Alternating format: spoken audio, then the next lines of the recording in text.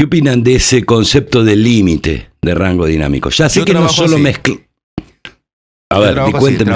Yo trabajo hacia abajo, siempre. Cuando me dicen, a veces estoy trabajando con alguna banda o con mis propios compañeros de banda, y me dicen, oye, está muy despacio la voz, dale más. Claro, y yo estoy acostumbrado a trabajar a unos niveles que yo trabajo siempre en los mismos niveles. Entonces, no, yo no le voy a subir a la voz porque la voz ya está en el tope. Le voy a bajar al resto de la banda.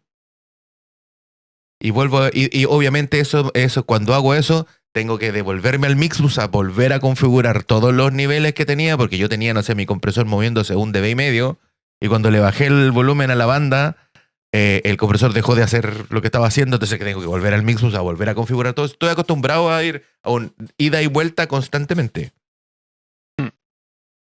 Opino igual. De hecho, cuando empiezo una mezcla, y creo que este es el punto clave para intentar mitigar ese ida y vuelta que comenta Javen, es cuando tú empiezas una mezcla, mucha gente lo primero que hace, casi sin haberla escuchado antes, es empezar a meter plugins. Empezar a toquetear que si... Claro, entonces empiezan ya, wow, quiero meter cosas, quiero tener...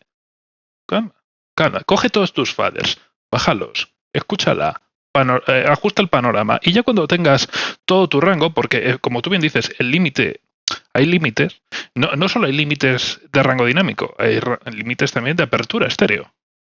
Pero llega un punto que se acaba, vaya, porque de momento no escuchamos en estéreo porque tenemos 2 orejas y todavía no nos han puesto una oreja más aquí y otra aquí para hacernos unos surrounds, que estaría guay de cara a los efectos de sonido, pero de momento, pues oye, es lo que hay. Para que el Dolby Atmos se justificara de verdad. Exacto. Ahí estoy en total desacuerdo.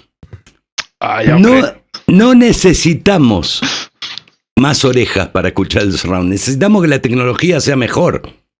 Porque claro, nosotros sin escuchar una grabación sabemos de dónde viene el sonido. Por esto famoso de las circunvoluciones. Entonces, hay toda una discusión con el Dolby Surround y todo esto que, a mi modo de ver, y lo digo y me hago cargo, termina siendo, como siempre, un artilugio tecnológico para vender patentes. ¿Ok? Digamos, la mejor situación 3D no necesita más que 2 orejas, no necesitamos 2 y 40.